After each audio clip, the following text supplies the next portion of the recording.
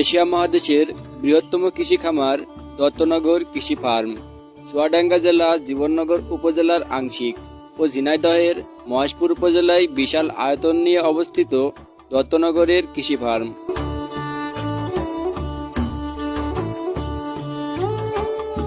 এই খামারের আওতায় রয়েছে গোকুলনগর, পাতিলা, মথুরা, করিংসা এবং কুশডাঙ্গা। সব মিলিয়ে মোট 5টি ফার্ম। ফার্মটি মোট 2737 একর জমির ওপর অবস্থিত। এর আবাদি জমির পরিমাণ প্রায় 2500 একর, নিচু জমি 600 একর এবং বিল এলাকা রয়েছে 200 একরেরও বেশি। জমিতে সেচের জন্য বসানো হয়েছে 36টি গভীর ও 13টি অগভীর নলকূপ এবং 10টি পাওয়ার পাম্প। আর খেতে পানি সরবরাহের জন্য নির্মাণ করা হয় পাকা ড্রেন। আগে শ্রমিক দিয়ে শস্য কাটা ও মাড়াই করা হলেও বর্তমানে বড় বড় মেশিনের সাহায্যে ফসল কাটা ও মাড়াই করা হয়। এই ফার্মে কাজ করে শতাধিক মানুষ তাদের জীবিকা নির্বাহ করে। তাই বলা যায় শত শত মানুষের জীবিকা নির্বাহের কেন্দ্রবিন্দু এটি। তবে যে এখানে শুধু চাষাবাদই করা হয় তা কিন্তু নয়।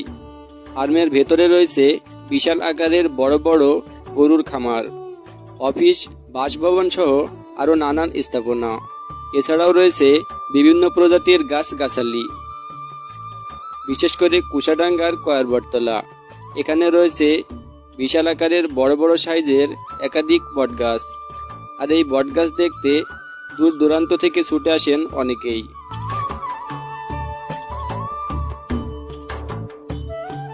কিভাবে তৈরি হলো এই বিশাল আয়তনের কৃষি খামার? এর পিছনেও রয়েছে লম্বা একটি গল্প। আজ থেকে প্রায় 77 বছর আগে কলকাতার বিশিষ্ট ঠিকাদার হেমন্তনাথ দত্ত এই বিশাল কৃষি খামার স্থাপন করেন। তিনি দ্বিতীয় বিশ্বযুদ্ধের সময় ব্রিটিশ সেনাবাহিনীর রসদ সরবরাহকারী ঠিকাদার ছিলেন।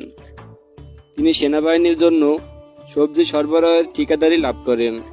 তাজা সবজি উৎপাদনের জন্য নিজ গ্রাম দত্তনগরে বিশাল একটি কৃষি খামার গড়ে তোলেন।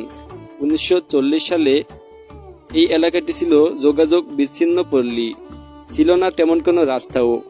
রেলপথে দর্শনা থেকে সবজি বহন করে কলকাতায় পাঠানো ছিল কষ্টসাধ্য ব্যাপার। পৌঁছাতে দীর্ঘ সময় লাগায় পৌঁছে যেত অনেক সবজি, যে কারণে তিনি দত্তনগরেই একটি হেলিপ্যাড স্থাপন করেন। তারপর প্রতিদিনই হেলিকপ্টারে করে টাটকা শাকসবজি কলকাতায় সরবরাহ করা শুরু করেন।